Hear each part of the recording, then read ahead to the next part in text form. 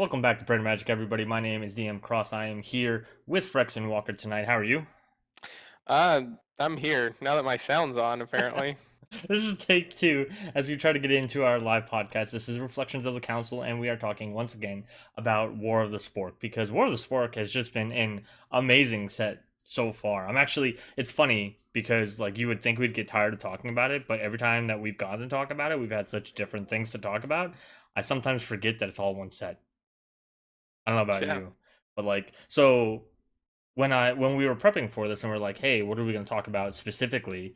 And we were like, yeah, let's just go over like the cool cards that we're interested in seeing. So I was like, all right, let me look at the whole set again because I know like the first one we only had that first week. Then we had all the legendary creatures that had been revealed at the time, and then we had all the gods, and then we talked about Nicobolus and Nimizet in that as well. So like we didn't cover a lot of like the other stuff. You know what I mean? So I'm going through the set and I'm like, oh man, I remember when that card got previewed. I was so hyped about it. Oh man, I remember when that card got previewed. I was so hyped about it. So now like I'm all hyped up again because I'm like, these are so many cool things to be in a set, and it's all the same set, and we've been talking about it in like Discord and on Twitter forever, and now we finally get to talk about it like a person vocally, verbally, whatever. I don't know words. Anyway, I'm excited. Clearly. I don't know if anybody caught on. So excited that he couldn't even allow me to have a say. So He just wanted all the words. we did this the first time this is our second time doing an intro, and apparently for some reason Slavs didn't have Phyrexian's audio in it, so he wasn't making noise, and then the chat didn't even like tell me either. They're just kind of like, yeah, whatever, I guess he's talking to himself. No, I've been talking to Phyrexian for the past like 10 minutes. Glad we can all be here I, together. I think the only thing I can really confirm is that you don't like me, and New Dark Cloud also really doesn't like me.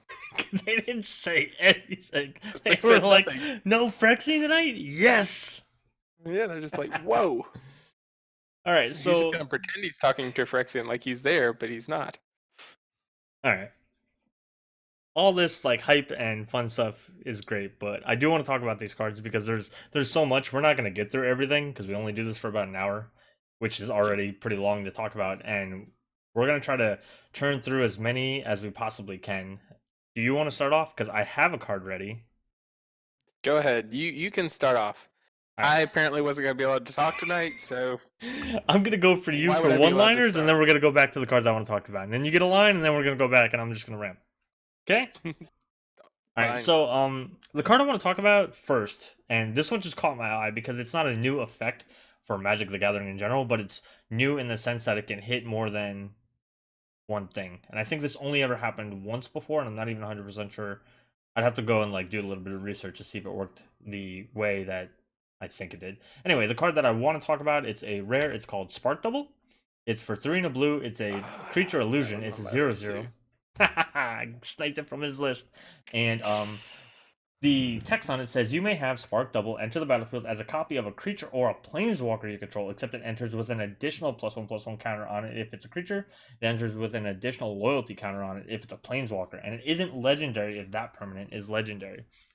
And like I said, this effect, this whole like duplication effect, isn't super new, but the fact that they did it one specifically hitting planeswalkers. I think there's one that hits any non-land permanent, and I can't Yeah, remember what the name of it is, but Clever this one, Impersonator.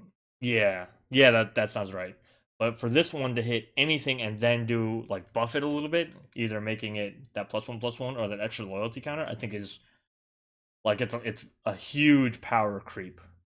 And which every time I look at a card in the set, I'm like, oh well, we've seen this effect before, but this is a better version of it. So like, I feel like War of the Spork is like a huge power creep from like here's where we were with Magic, and now we're just gonna come up here a little bit. We're gonna do the same stuff, but we're gonna come up here. We're gonna do like we did it here, but we're here. We're not down here Yeah. anymore. We're here. I'm gonna do this all day until you stop me. Please stop me. And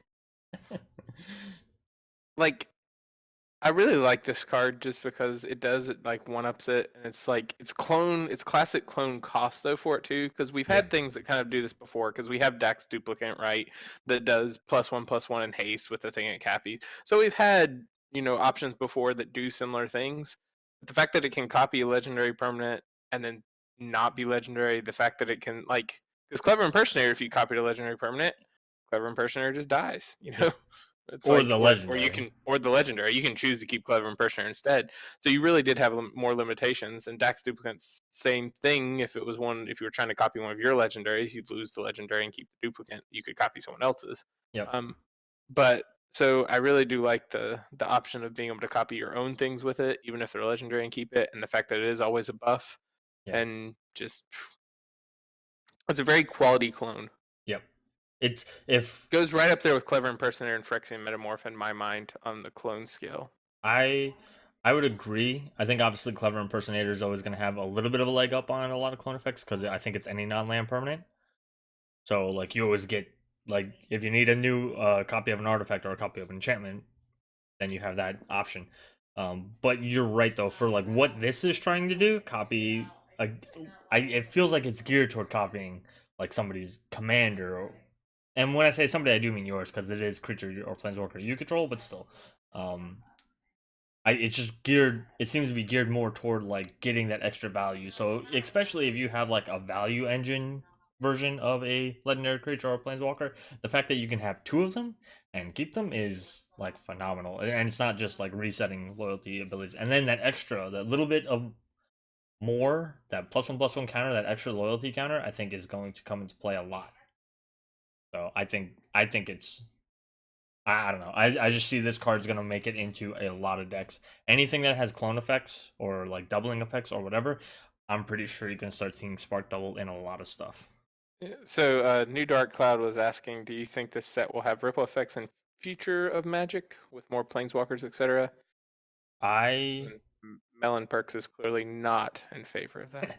I do think because of the way that they are messing with the format of planeswalkers, so like uncommon ones can only have minus abilities and have that passive ability. I think you're gonna start seeing more stuff like that, where you're gonna start seeing powered down versions. I do think because as what only one planeswalker in this entire set had an emblem, and I forget which one it was.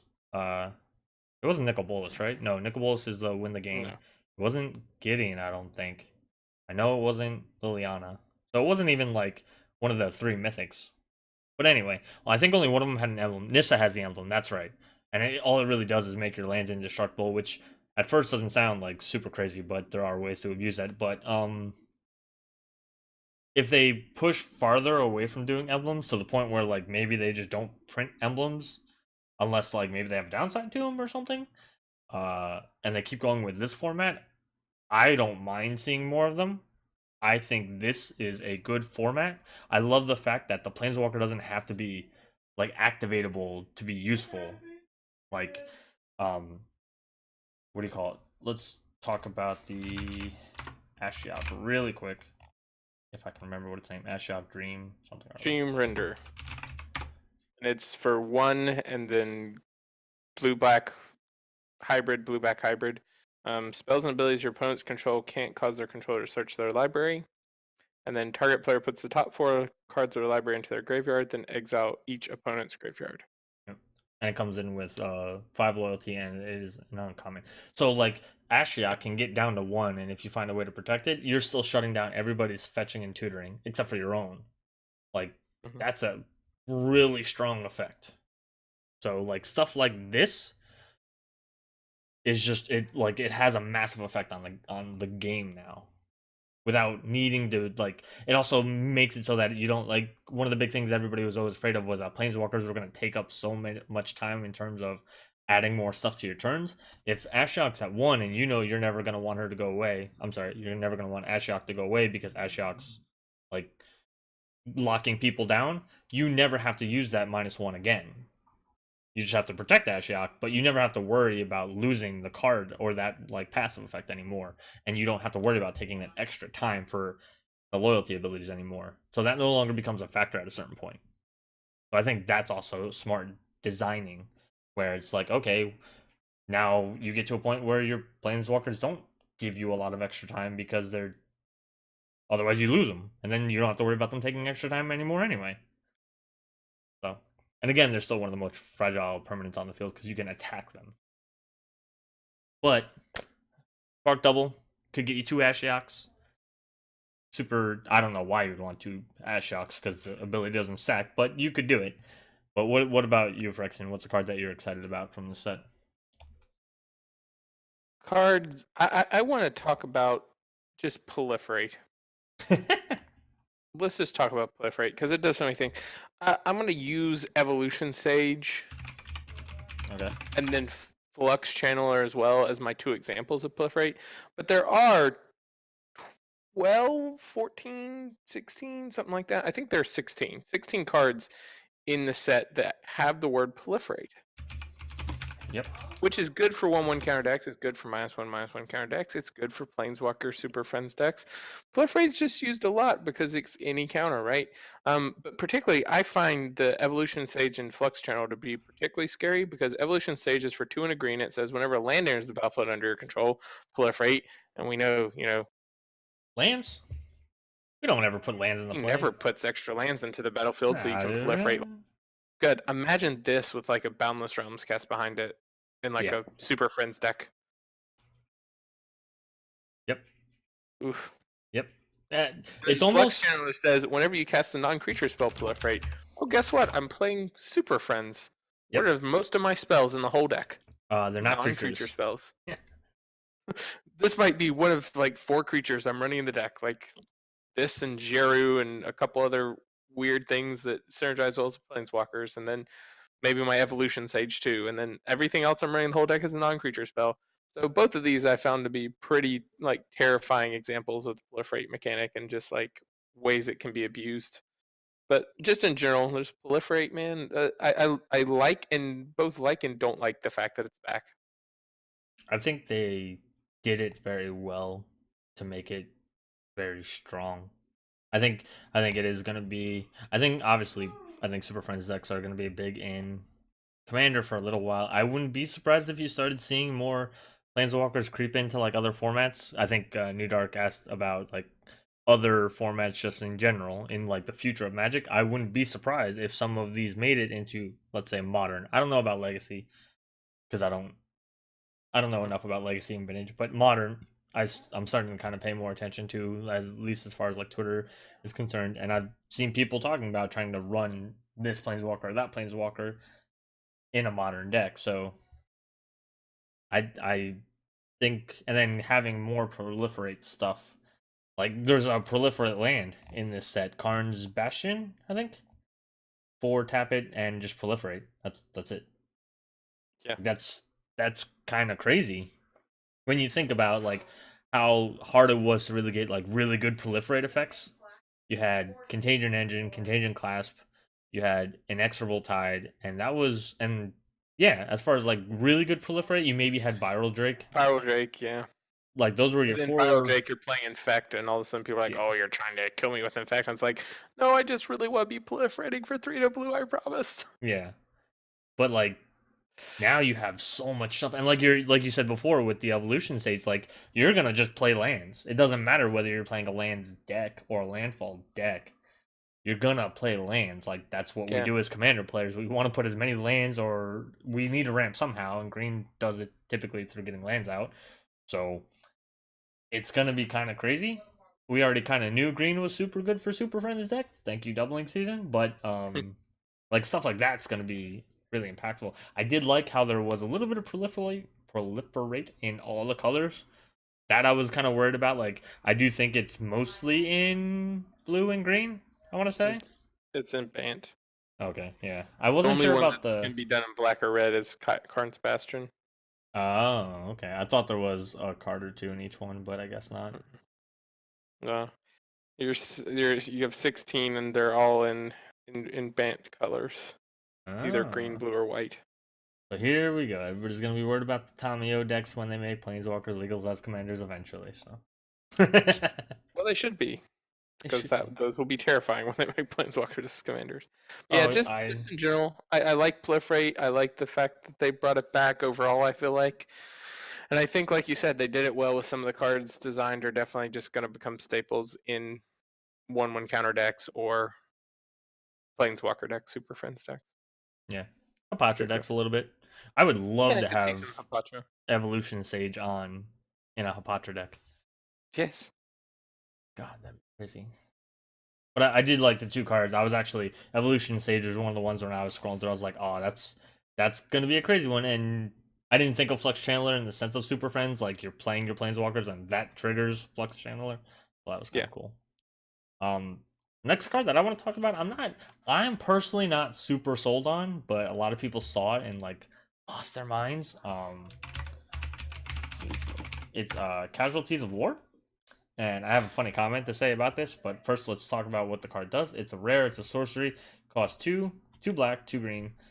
Choose one or more. Destroy target artifact, target creature, target enchantment, target land, target planeswalker. So basically every permanent type, you can pick one of each, one of 4 of them, one of 3 of them, one of 2 of them.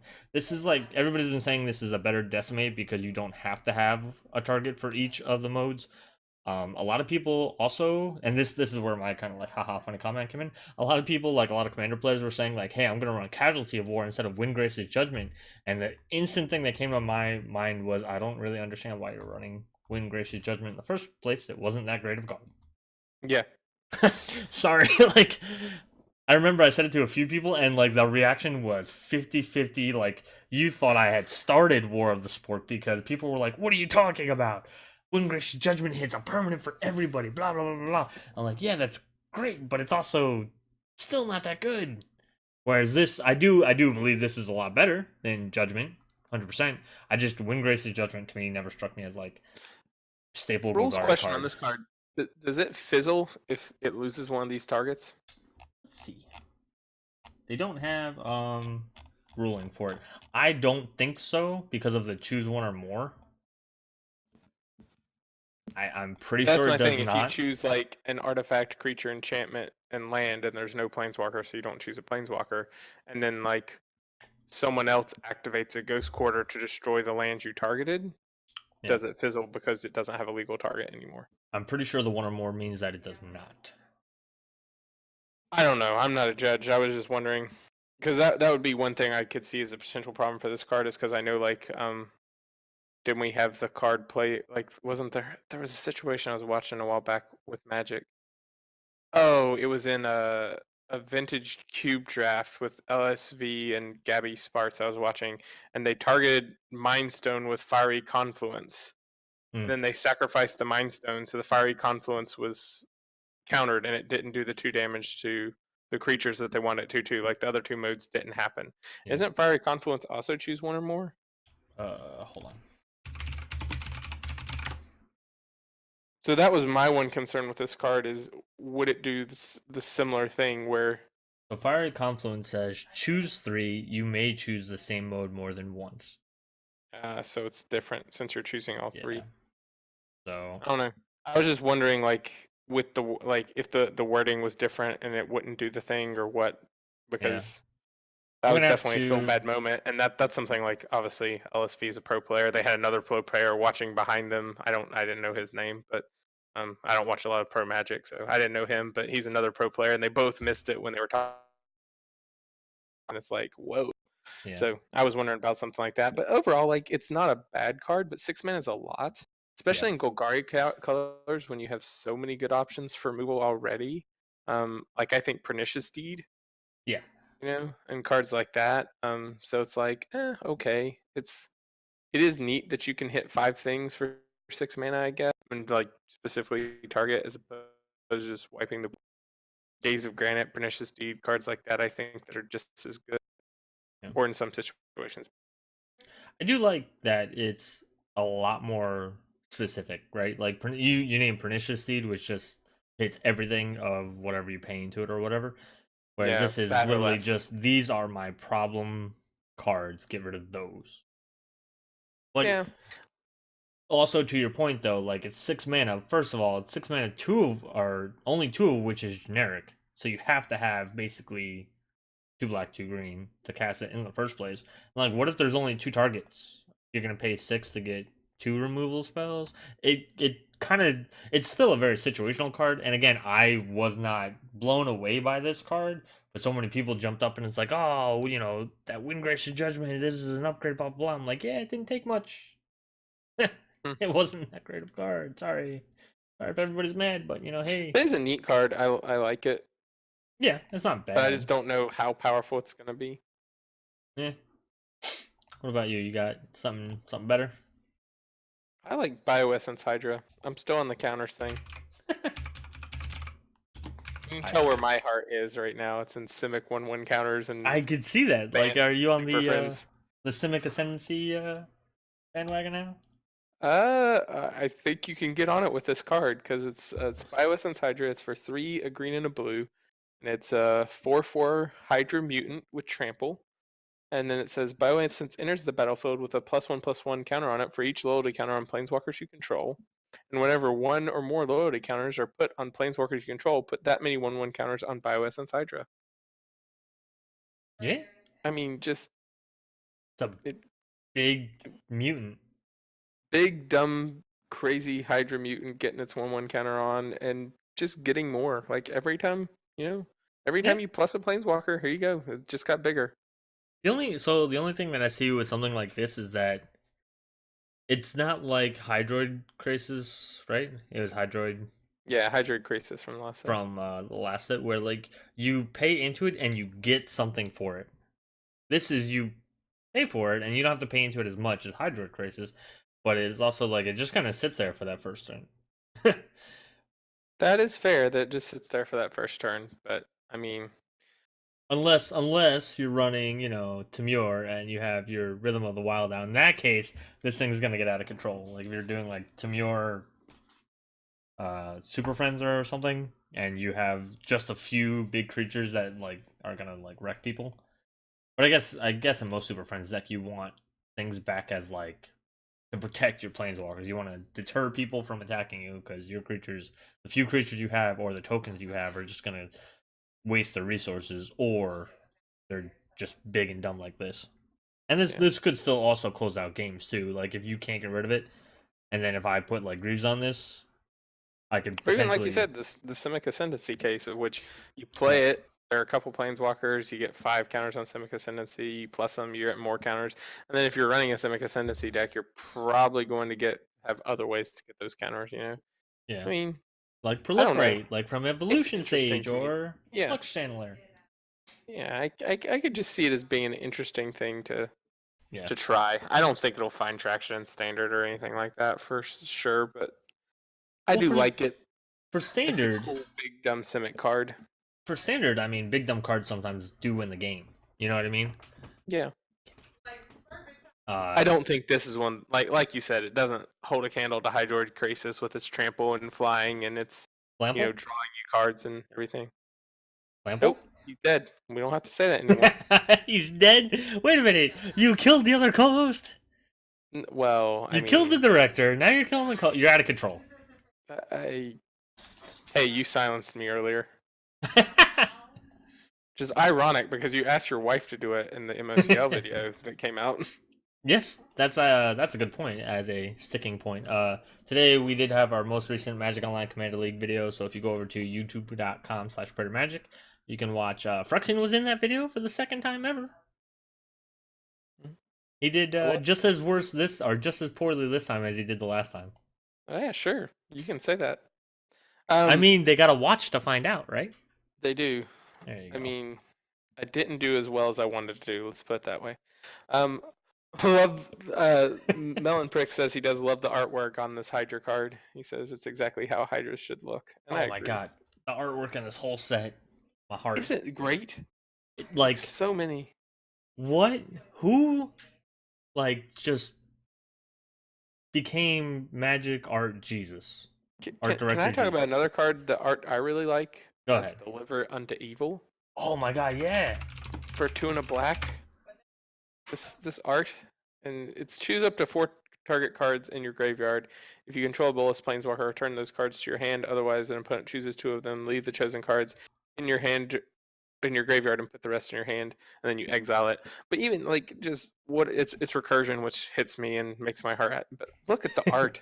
This art is gorgeous. This is he did a Seb McKinnon did a Kickstarter for this to be a playmat. Just so you know, and if you didn't support it, I mean, you're not gonna get the playmat, and that kind of sucks. But like, I could see the playmats for this, and like the prints are gonna probably be a pretty penny because this is such cool artwork. I remember when they previewed this card and I saw the artwork, I was like instantly trying to dissect what was going on or what the artwork meant, right? So I'm like the Vorthos player of the Praetor Magic group where like I really care about the characters and the story and the art of the cards because typically the art depicts the characters and the story. So for like this, I was like trying to figure out like, well, where was Nissa? Where was Teferi? Where was Jaya? Like, was this kind of a hint of who might die, who might live, blah blah blah? You know, they were kind of like they all four characters have their heads bowed to Bolus. So is this a moment where Bolus is kind of like reigning supreme? Like, are they giving up? Is it, you know, like I was really trying to like go into what this is, and it's almost like a tapestry style, which Seb McKinnon does fantastic when he does these kind of arts. He has like one other art I think at least in this set that's also gorgeous. I can't remember what it was off the top of my head. I think he did the Death Sprout card. Hold on one second, I'm gonna look. But yeah, the art on this is just in the whole set is just amazing. Yeah, so Death Sprout, which we could talk about this too because this is a cool card. Is this is another Seb McKinnon art that's just beautiful, and it's an uncommon instant. It's 1 black green. Destroy target creature, which for 4 it sounds like it's overcosted. Search your library for basic land card, put it onto the battlefield tab, then shuffle. So it's kind of a mix effect of like a rampant growth plus a murder. Yeah, like a better murder because at that point it's costing a little less. So you're kind of like discounted a mana for murder, rampant growth in the same retrospect. But yeah, I want to say he may have one more art, but I can't remember what it was. But it's just so like this is such a beautiful art with the it looks like a woman has died and she is sprouting up trees, like her corpse is sprouting up trees. And then the flavor text even says, "They say nothing lasts forever. I say everything lasts forever, just not in the form you may be accustomed to." And it's flavor text from Vraska. Even that flavor text gets me. Oh god. I mean, heart. Yeah, four is a lot, but I like this card. Like, I'm gonna play this card in a Gold Dagari deck for sure. Well, like, so I'm gonna give it a try. I mean, I've been playing Status and Statue and Future 5, so why not give this a shot too? 4 is a lot for either effect. When you put them both together, it's not that bad. Yeah. Like that's here you play 4 to get 2 lands, and you'll play 4 to kill 2 creatures. So why not pay 4 to get a land and kill a creature? Agreed. And then the card that I originally want to talk about, I only went on this one because of the Seb McKinnon thing. But the card I originally want to talk about, and I bet I'm going to steal another one from your list because this is kind of a do it card. Then. Huh? I said don't do it then. But I'm going to do it. Gosh. You could try to stop me, but I'm going to reverse your decision with Narcisse Reversal. Did I steal one of yours? Did I? I don't know. You killed out for me for just a second. Narcisse Reversal? Yeah. So this is a rare instant. It costs blue. Copy target instant or sorcery spell, then return it to its owner's hand. You may choose new targets for the copy. This thing is dumb. It's so dumb. It's dumb. So I want everybody to understand that this stops counter spells or uncounterable spells. I'm sorry. This stops uncounterable spells. Because you're not countering it. Yes. You're putting the spell back away. You're saying, "Hey, you pick it up, take it away," and then you get that effect. So that's so cool. I love stuff like this that gets around like things. And again, the art's so beautiful. I really like the Narsha Planeswalker too. Oh, Praetor Veils. You want to talk about it? Yeah, sure. Let's talk about it. I like this card too, but I mean, there's not a lot to say about it other than it does get around counter spells. It's really cool. It's a great way to copy stuff. But the Narsha Planeswalker is another one of the uncommon Planeswalkers, and it's Narsha Praetor Veils, and it's for 1 and 2 blue, and it says each opponent can't draw more than 1 card each turn. And then look at the top 4 cards of your library. You may reveal a non-creature, non-land card from among them and put it into your hand. Put the rest on the bottom of your library in a random order. Is the -2, and she starts with 5. So I love this because I love how it hoses the card advantage of your opponents Well, at the same time, the -2 gives you card advantage. Yep. It's just like I especially love the hosing the card advantage of your opponents. Yeah. Especially if you're playing like a good mono blue control deck. You don't want your opponents drawing a whole bunch of extra cards, so you have to have extra answers for it.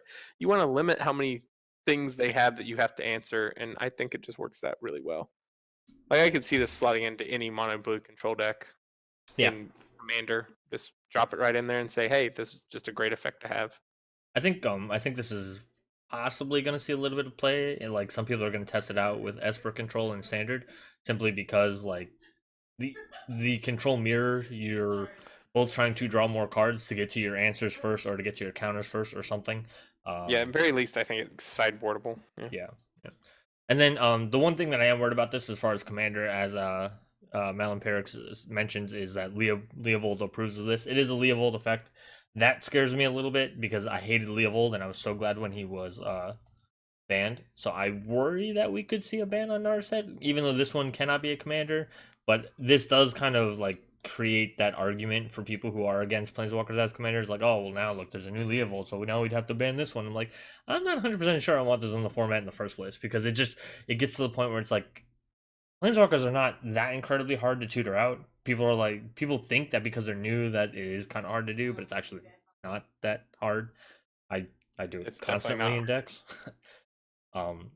So like the ability, and like plus you're mono blue, you don't need to tutor it, you just draw into it by drawing 15 cards a turn or something like that. So the fact that like hit this and then hit a wheel, and the game is massively skewed from that point on. Yeah, this into a windfall, just or into an Jace's Archivist activation. Yep. Oh, I want to do things like that so bad just to be an awful person. You are an awful person. I do want to bring one thing up that I noticed. John and I were talking in Discord, and he actually brought Narset up to me for my Minato deck, and my Minato deck has a Planeswalker sub-theme, to which I was like, oh yeah, I already thought about Narset going in the deck, but also, have you seen the new Ashiok? And have you seen the new Dovin and the new Teferi? And he's like, wait a minute, hold on. Calm down, wait, stop. You're going too far. And what I did was I looked up all the Planeswalkers that can go into an Esper deck. And if you think about it, it's actually amazingly mean how many like stacks or no effects are in those Planeswalkers. Yeah. It's like crazy. So there's 19, I believe, if I'm doing the math correctly, or if I'm remembering, I should say correctly. I believe there was 19 Planeswalkers that fit in white, blue, black. And of those 19, 13 of those had a way of saying either it costs more to do a thing or you can't do a thing. So like Gideon obviously did not have that effect. One of the Jaces, which was like the Planeswalker deck Jace, didn't have that effect. And I think also the other, like the Lab Maniac Jace, didn't say no to anything, but it milled you, and then it also had a win con on it, which was always kind of annoying. And like if you stack people out and then just draw your deck, then you can win the game with Jace. But like Esper like stacks is potentially a thing in standard, because a lot of these Planeswalkers are cheap. They're cheap, and then a lot of like just like you said, the dearth, Kaya's Wrath, and all the other dearth of removal you have, just to be like, boom, no. Well, some of the Planeswalkers had removal on them. Yeah. Like the new Kaya can exile target creature for -3. She could do that twice. I think somebody else can, the Wanderer. The Wanderer can exile big creatures. So if they cost, I believe, 4 or more. So like there's a lot of removal in like further activated abilities, and their stacks effects are all the passives. So it's kind of insane. Like Esper stacks might be a deck, and it might be a little miserable. Oath of Kaya wouldn't be bad in a deck like that either. It's the one that it's for 1 of black and a white. When it enters the battlefield, it deals 3 damage to any target, and you gain 3 life. And then whenever an opponent attacks a Planeswalker you control with 1 or more creatures, Oath of Kaya deals 2 damage to that player, and you gain 2 life. Yeah, that's a good point. Yeah, that's a good point. But yeah, like the new Teferi makes it harder to cast things because you can't cast things at instant speed. The new Dovin Bond taxes your spells a little bit to where they cost more. I think the new Wanderer prevents damage. Teo gives the player hexproof. There was like 3 instances of spell taxing out of those 13 effects. I just looked at it, I'm like, my god, like, I could put just those 13 cards in a Minato and just bam, I have Esper Planeswalker stacks. It didn't matter what the other cards in the deck were. Like, as I start drawing these pieces, if I start playing them out, you're just gonna find it so hard to play the game that it's gonna get miserable really fast. So I think another card that would go into that could potentially go into that style of deck, and I personally like. I would love it if this could be a commander, just because I want there to be a good colors commander, and I so bad want to play a good colorless deck, and there just isn't one. But it's Ugin, Ineffable. It's for 6 generic legendary planeswalker Ugin. Color spells cost 2 less to cast. You see why I would want this to be able to be a colorless commander? because you are greedy and I have Ugin wasn't good enough for you. No, I have Ugin is not good enough. Uh, And then exile the top card of your library face down and look at it. Create a 2/2 color spirit creature token, and that token leaves the battlefield. Put the exile card in your hand, and then you have the -3, which is destroy target permanent. That's one or more colors. So there's your some more removal, some more destruction. But I just I've tried it multiple times. I've tried to make a decent like colorless deck, and I just can't do it because there's not a good enough commander for it. And I think this would be the perfect commander for it, but sadly, can't do it. not yet. Not yet. Not yet. Someday. It's gonna happen. Maybe. And on that day, I'll be happy. But I do love the design of this Ugin. Yeah. No, I think this was another one in the list that could go into Esper, and then like there's also the Karn. I think that just shuts off activated abilities entirely. But yeah, so I actually didn't think about it, but like this is like +1 is almost like you create a chump blocker and you essentially draw a card. Yeah.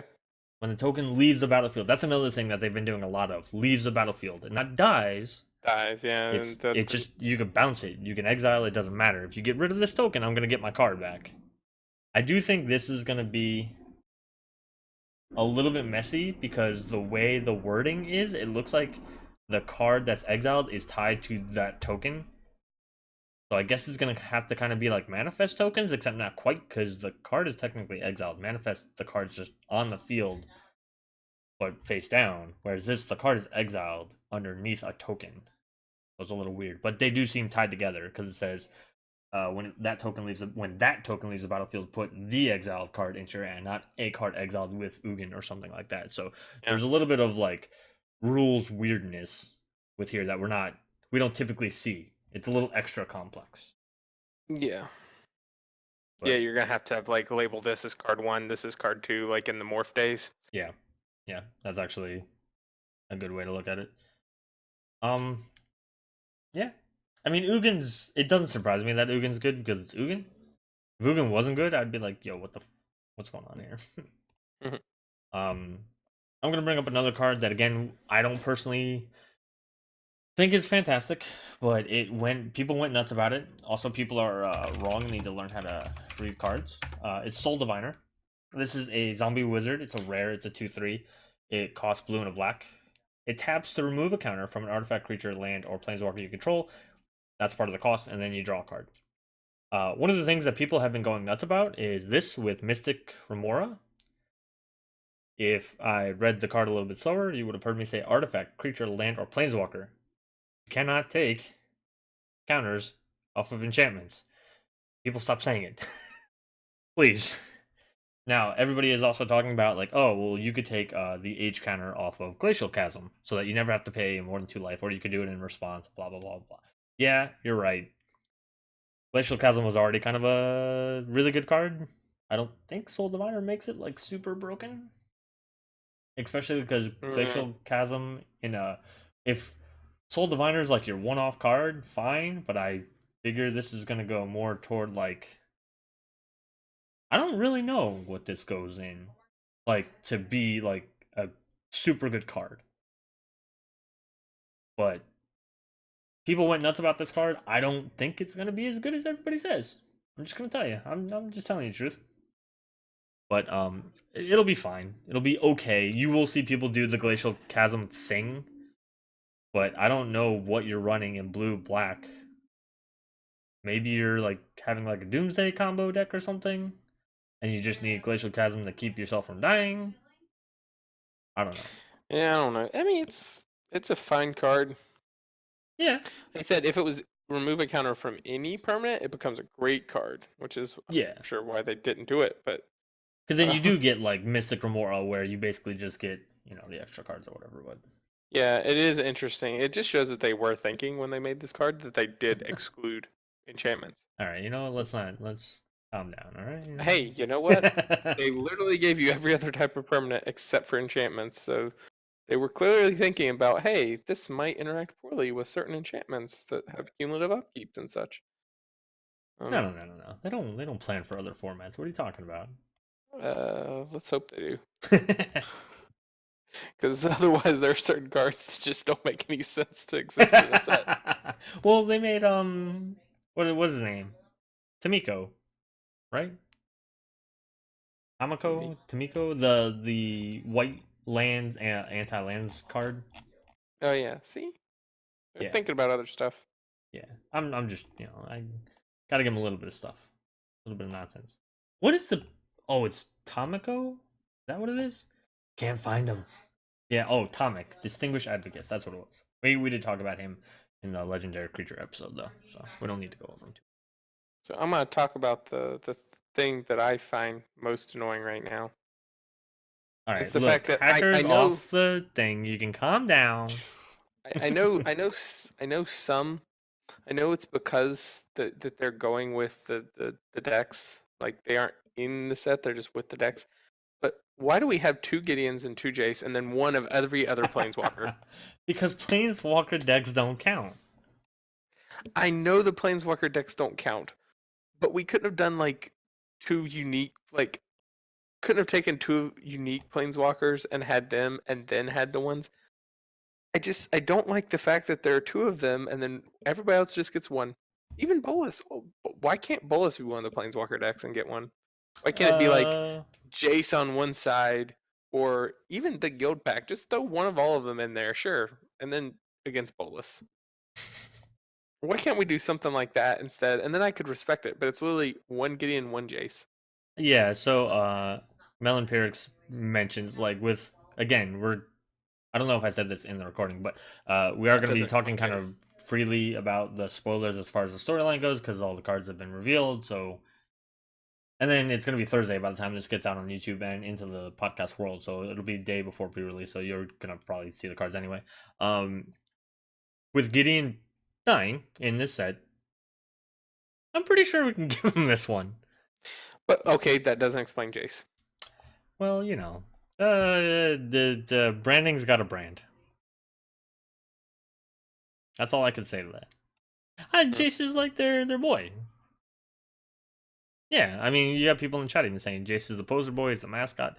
I mean, so Jace is meant to be the character that we all relate to because we're all supposed to be 25 years ago, right? When Magic was starting up and blah blah blah, the people who played these games were the nerdy people. So Yeah. Jace is kind of the scrawny, nerdy, smarter than he is strong guy. So we're meant to relate to him. He's also a little socially awkward, and hobbies like this tend to attract that kind of person. So you're supposed to relate to him. My other complaint, right, is we've talked a lot about the formatting of the Planeswalkers, right? Yeah. And so Gideon Blackblade is for 1 and 2 white, and it has a passive ability, and it has a plus ability, and it has a -6, which is sort of his ultimate, because you have to get there. It's it's just exile target non-land permanent, so it's not really that much of an ultimate. Yeah. Like as an ultimate, it's one of the weaker ones you would ever see. I mean, he traded one of his abilities for another passive.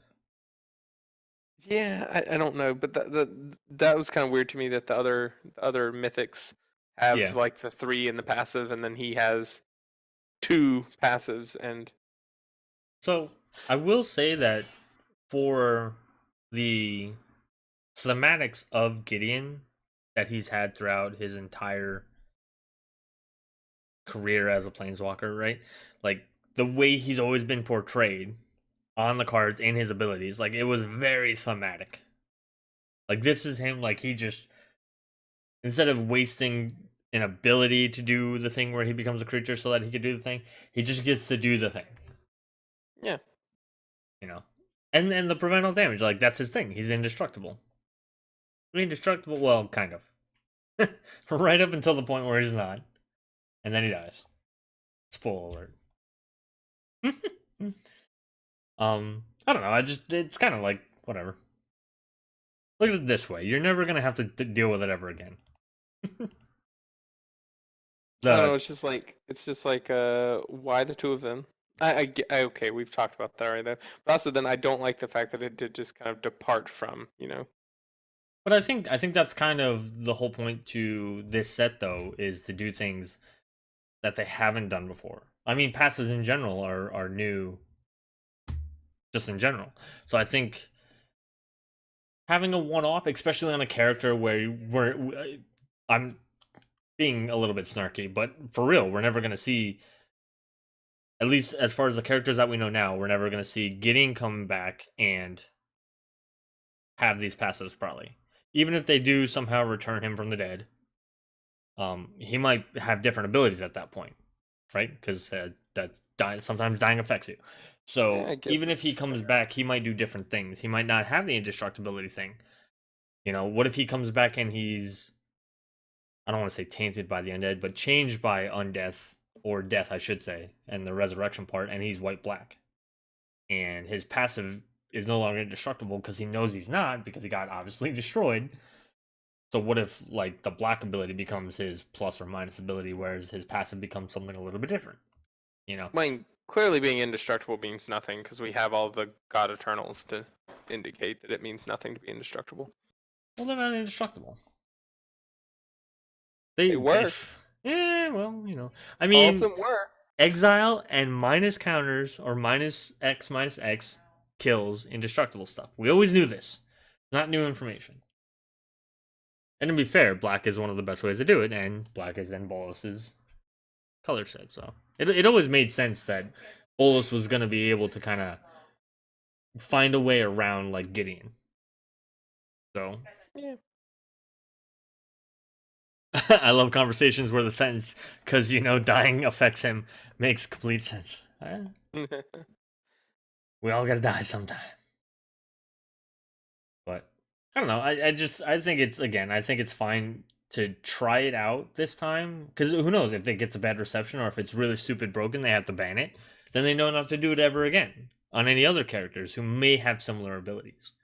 Yeah. So it might be kind of like a test for the design space. Like, how far can we stretch this new thing that we're doing, which is the passives?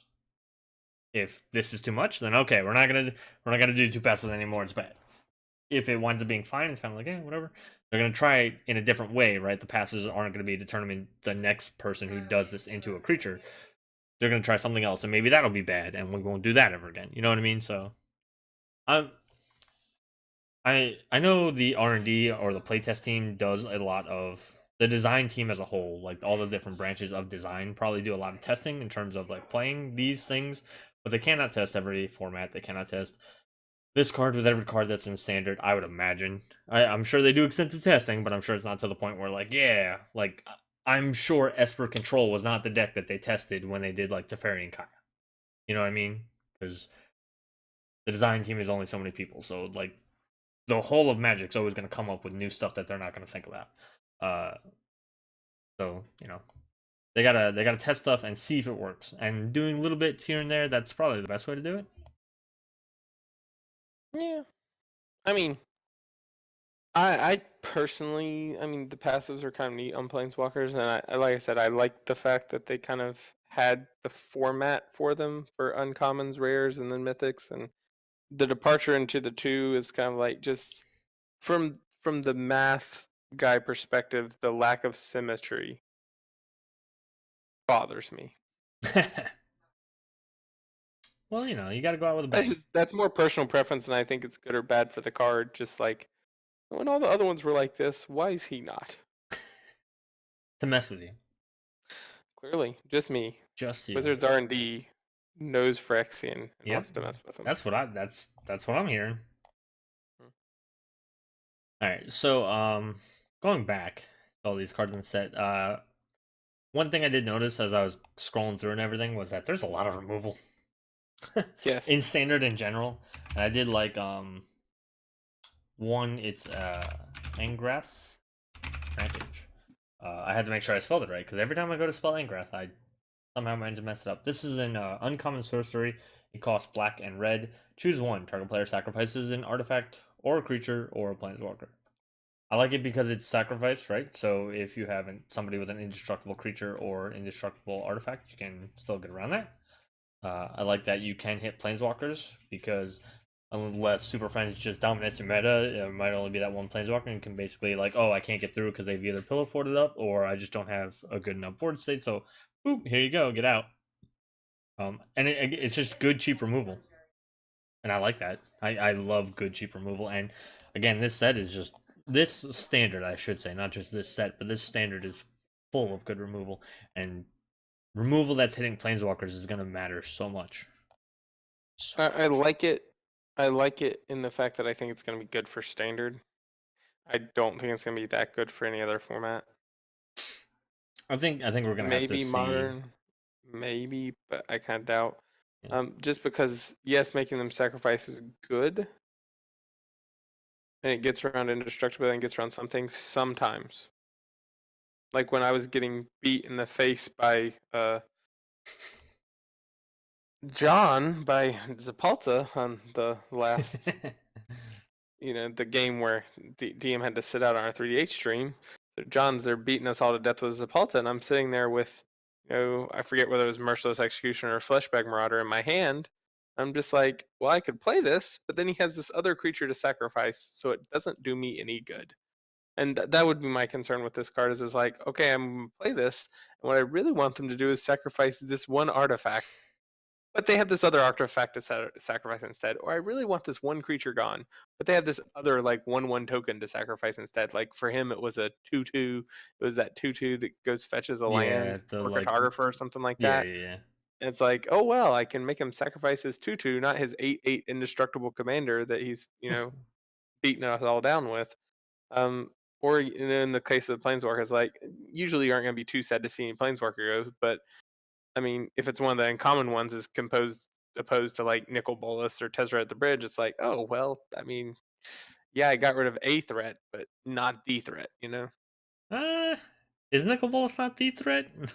The new Nicol Bolas is not the Well, threat? that's what I'm saying. Like, you get rid of one of the uncommon ones as opposed to him being sitting on the field. Like, maybe they're playing, Mhm. multiple planeswalkers. And it's like, oh, I have this one and I have Nicol Bolas, and you play this card. And it's like, okay, you have to sacrifice one. And you're like, oh, too bad I have to get rid of this one. Yeah, yeah. Unless Again, they accidentally like point at Bolas somehow. It's like, oh, okay. I think a lot of it though is going to depend a little bit on your meta because you're still thinking like people are going to have so many planeswalkers in their deck. Maybe they won't. Maybe Bolas They is might just not. like their win con. It's their only planeswalker, or it's at least it's the only one on the battlefield. It's you're gonna have to see like in your meta, but I still think it's a good little like uncommon. And that's another thing. Yeah, it It's, is it's a a good good little uncommon. It is. Yeah. I'm not saying it's bad. I'm just saying that it's. Yeah. It's not. It's definitely not like changing commander or anything like that. Yeah. It's not Narcisse Reversal. Well, DM, I think we're about at this hour mark, and I think it's time for a finale. Oh Jesus. In fact, there are 5 of them. There's a series in this set called Finale, and it's Finale of Devastation is the green one, Finale of Eternity is the black one, Finale of Glory is the white one, Finale of Promise is the red one, and Finale of Revelation is the last. We're gonna go in Wooburg order as all Wooburg things in order. Magic should. So starting with Finale of Glory, Mhm. it's for X and 2 white, create X 2/2 white soldier creature tokens with vigilance. If X is 10 or more, also create X 4/4 white angel creature tokens with flying and vigilance. That's a sorcery. That's a sorcery. So the thing, and I didn't even get it the first couple times I looked at this, but it says also, not instead. Yeah. Like that's crazy. So I think the best use of this kind of a card is going to be in like a Boros deck where you can either give haste or you have like an Impact Tremors or something like that. Maybe in like an Erios deck, like an Erios Soldier deck, where like you have some ways of getting angels and stuff like Dawn of Hope or Divine Visitation. I'm sorry, not Dawn of Hope. Divine Visitation or there's another big angel spell. The Panhelion 2 or whatever. Yeah. Parhelion. Yeah. That thing. Entreat the Angels is a pretty good way to make angels. Lumark Ascension. There you go. About Invocation, I've always been a fan of. Here, I'm gonna tap all these creatures to make kapla that many creatures. I think it's fine and stuff like that, but every time I saw one of these cards, I was like, look, if you're paying 12 mana and you're not winning the game, I don't know what you're doing. So, like, kind of, yeah. If you pay 12 mana into this and you get, what is that? 40, so 60 power on the field, plus whatever else you're getting from, again, if you have a Perforos or an Impact Tremors. If you didn't win the game, then I don't know why you played it. Because it's 12 mana. I can definitely see a card like this in like a Boros tokens or something like that, though. Yeah. And again, And I will say, and we said that we were kind of talking about these cards beforehand because we were discussing this as being the finale, and it's like, these are completely unplayable in any format except for Commander. Yeah. There's no way any of them would see play in any other format. You can quote me on it now, and if I'm wrong, okay. But I just don't see any way they see play in anything other than in Commander, like Standard, Modern, Legacy. None of those want anything that's going to be this slow or cost you 12 mana to do to get the thing. I mean, does like Court of Calling and the other version for green, does that see any modern play or something? Don't think so. That's the only one I could see. If like Court of Calling or Green Sun Zenith, is that it? Is that Green Sun Zenith is X and a green? Well, yeah, but I mean it's the same effect, right? It's tutor out a creature with like X power or something like that. Yeah. So if those are played in like a modern like green Stompy deck or something, maybe because it's another effect. But in modern you can run 4 of, so I don't know why you'd want to run this. You're talking about the Finale of Devastation? Yeah. Which I don't know why, because we're not. We're going to talk about that one because we're going to Wooburg Order, so we're obviously. Finale of Revelation is for X and 2 blue. Draw X cards. If X is 10 or more, instead shuffle your graveyard into your library, draw X cards, untap up to 5 lands, and you have no maximum hand size for the rest of the game. Then exile Finale of Revelation. I mean, this one I don't even think is like, this one's definitely falls in your category of you're paying 12 mana for it and it's not going to win you the game. Yeah, it does a whole bunch of cool things. It gives you a whole bunch of cool advantages if you're paying 12 mana into it. Even otherwise, it's like a pull from tomorrow that's not at instant speed, or a blue Sun Zenith that costs 1 less. Yeah. So I mean, it's good card draw, and it's a card I could see using, but I don't know that getting to 12 is like that game changing. I don't even think it's that good of card draw. So if X is 4, you pay 6 to draw 4 and then exile this at sorcery speed, right? Like, that's super good. New Dark says it's Sphinx's Rev without life gain. Yeah, but like half the reason, I wouldn't say half the reason. Obviously, a big part of Sphinx's Rev is how many cards you can draw out of it. But like, I would guess a third of the point of playing Sphinx's Rev is that you gain that much life. So this one is kind of Pay 6, get 4 cards. Don't ever get the spell back. It's not like you can like Archaeomancer it or anything. And obviously you can't Snapcast Manager because it's the next spell, but I see New Dark Clouds already disagreed with me and said the green finale will see standard play, but we'll get there. I don't know. I mean, I get the point too, because I believe New Dark also said you don't have to pay 10. Maybe the green one. I forget. I don't think the black one's going to see anything, which we could talk about that one because it's next. Yeah, Finale of Eternity is for X and 2 black again. Destroy up to 3 target creatures with toughness X or less. If X is 10 or more, return all creature cards from your graveyard to the battlefield. I mean, Maybe if token decks or something with Eh, low toughness creatures were running amok in standard, and you could use this, but there's just better, like there are but you better ways to deal with it. you can only ever get 3 creatures. Yeah. You can only ever get 3 creatures. So you pay 10, you can kill a 2/3, a 2/3, and a 4/4. And then like, I mean, yeah, you do get the Rise of the Dark Realms at that What's point. no? I mean, if you're playing that much, then you can get like 6/6s. If you're paying 8, you get 6/6s. Because destroy up to 3 target creatures Oh with yeah, I toughness guess, I X guess, I or guess. less. Yeah. So as long as they have less than that X, you can kill them. But still, like, But I would imagine most times you want to. Well, no, I guess. I guess it depends on the. I'm thinking like you want to get the most amount of bodies out of the way. Normally, I would think, but that's not always true. So yeah, I guess that does make it a little bit better. But again, like 12 mana and like yeah, you get a Rise of the Dark Realms. But then what? again, this is only good in like conjunction with another card, like you're playing Rakdos and have haste, or Oh, and maybe having a Primus Memorial or something like that. Cross also mentions that it's actually not a Rise of Dark Realms. I'm sorry because it's only your cards. But Yeah. yeah, yeah. So it's not even that good. So I think this one's just gonna meh. I don't. I don't think the ratio ever becomes good of pay to blah. That's my point or my opinion. Yeah. And then the next one is Finale of Promise. It's the same thing. It's well, actually, this one's a mythic. Are they all mythics? They're all mythic. Okay, I didn't see that. X red sorcery speed. You may cast up to one target instant card and or up to one target sorcery card from your graveyard, each with converted mana cost X or less without paying their mana cost. If a card cast this way would be put into your graveyard this turn, exile instead. If X is 10 or more, copy each of those spells twice. You may choose new targets for the copies. This is actually probably the coolest one. This is the one I could see actually building around, and you could actually build a win con off of it. Yeah. I could see you like not necessarily a storm deck, but like in red, if you do like 3 of a 6 mana spell or 3 of a like I don't know. I because you get 2. Oh, and then one has to be an instant, one has to be a sorcery. I don't know. I still think this is probably going to be the hey Melon Pyrrhix, thanks for the follow, appreciate it. I think this one's going to be probably the most impactful most of the time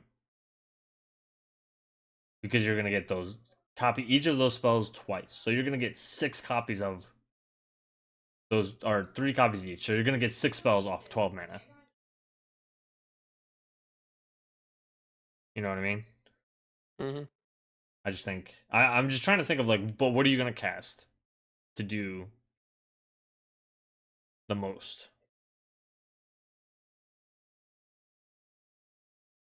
There's gotta be cool things. Even if like Mana Geyser is one of those 2 spells. Oh yeah, that's a good point. Oh man, if you triple Mana Geyser Yeah. is a sorcery and then reiterates an instant, right? And the best part is you could Mana Geyser to get the mana to cast into this to copy Mana Geyser 3 times. Well, I'm just saying, isn't reiterates an instant? Mana Geyser is a sorcery. So what if those are the 2 cards? Like you can't buy back, but still, if you 3 Mana Geysers and then your 3 reiterates hit each one of those Mana Copying the Geysers. 3 Mana Geysers. So hey, I look at think this. Comet Storm. I've There you got go. 6 Mana Geysers. Now what? So that's kind of cool. Yeah, I mean, it's a good target for a sorcery. Yeah. I don't know. I don't know why I'm thinking about Mana Geyser. No particular reason. Shut up. Don't watch the MOCL video and find out why. Don't. First of all, that's not how you market at all. All right. So the last one, and everybody in the chat's yelling at us. By the way, I don't know if you're seeing this because they think this is the best one.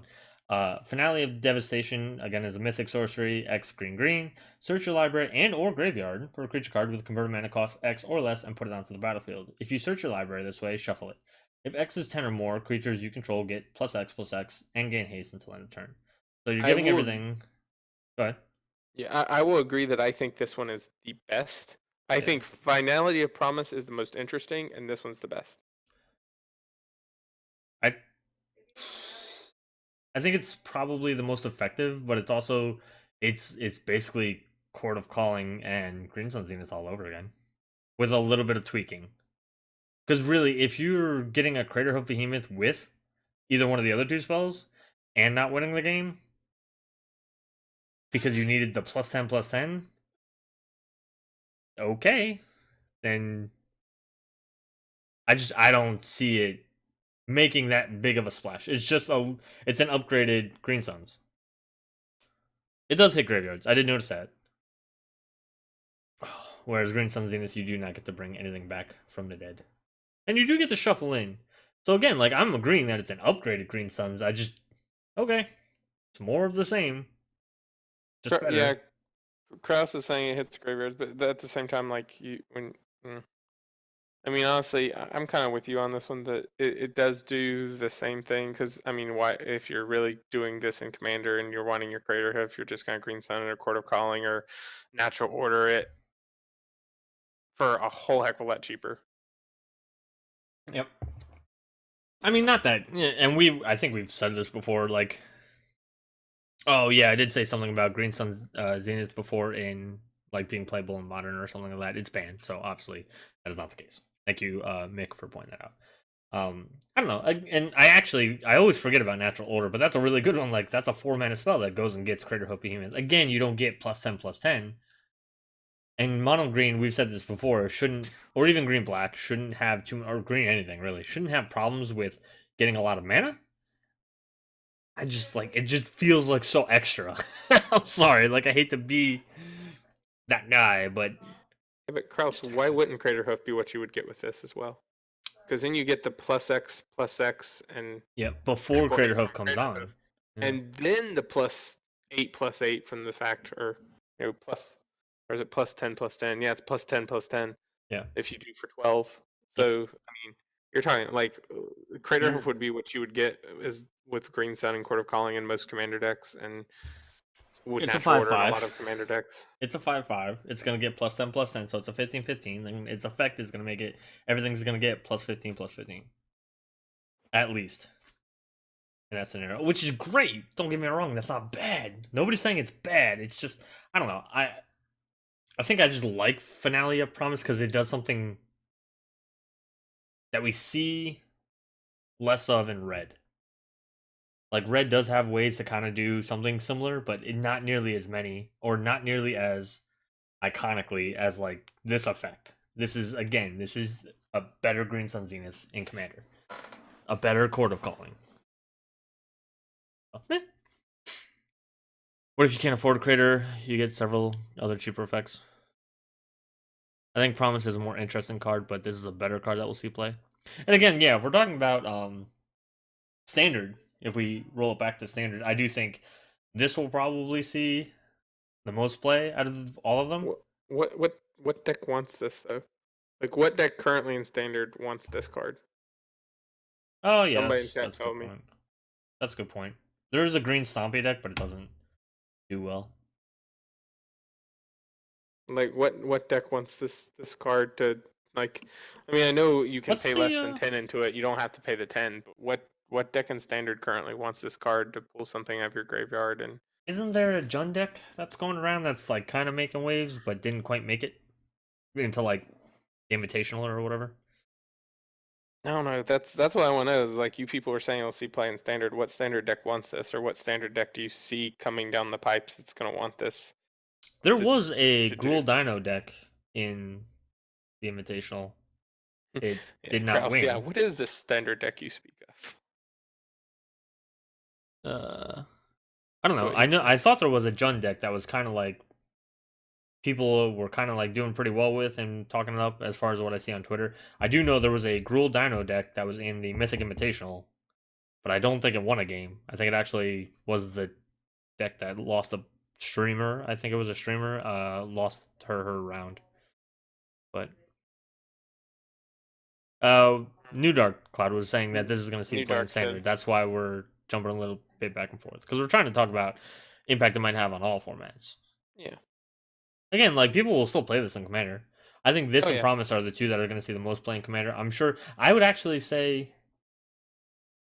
Glory might see more play than the black and the blue ones. Unless there's something I'm missing with the blue ones. I think the blue one's gonna see the least play in everything. I think the black one's gonna see the least play and everything. You really think the blue one's gonna see more play than the black one? Yeah, because people like to draw cards. That's true, but More so than people like to bring stuff back from the graveyard, on average. There are more people who just love drawing cards than who play graveyard decks. That's my opinion. because they don't understand the importance of that second hand. I agree. Yeah, it's exactly right. It's criminal, but it's true. Yeah, I mean, you know, you got two Golgari players here. Like, look at the cards behind us. I mean, obviously everybody else is wrong, but I think the black one is worse than the blue one. I don't know. In a deck that can like set up its graveyard and black, even if it's mono black, if it's Golgari, if it's Sultai, whatever. But even in mono black, like black has such good ramp where you can pay 12 fairly easily, just like you can pay 12 pretty easily in mono green. Maybe black can't do it just as easily as mono green, but I would say that mono black is the next color to do ramp as well as or after mono green. So I think you're gonna have the best chance. And again, like you would have to build around playing this, which I still don't think is good. I think I'd rather just play Rise of the Dark Realms. Or even just Living Death. Living Death if I have the new Ashiok in my deck. That way nobody else gets anything back. Well, if you're playing mono black, right, they get stuff back, but it just ends up dying when all your creatures enter the battlefield anyway. It depends. That's like I never like best case scenario things. I like the worst case scenario everything because like if you set your expectations as low as possible of performance, when it does do well, you're always going to be surprised. As opposed to if you always assume the best, thing's going to happen, and then when it doesn't, you're just going to be disappointed and upset. You should plan for either somewhere in the middle or a little bit lower. That's my opinion. But I think I'm going to put Finale of Devastation and New Ronus into my mono green Savala Hydra tribal deck. Just remember, if it's like a Hydra you pay X into, you don't get to pay into it. Because you're not even paying for it. One, this is alternative casting, so you wouldn't get to pay into it anyway. Two, it doesn't even say to cast it. You're putting it into the battlefield. So if you're going to do like a Colonian Hydra, that's fine. Or again, if you're going to get like Crater Hoof just to make your probably paid into Hydras big, then, you know. People sometimes miss like little details. Oh, the target is going to be Ronus to make all your Hydras double the power. Yeah, I gotcha. No Crater. Okay. That makes sense then. Yeah, he's just gonna go for Ronus, give them all double the power and vigilance until end of turn. Yeah. I mean, it's a thing. Yeah. Ronus is not a bad target for this either.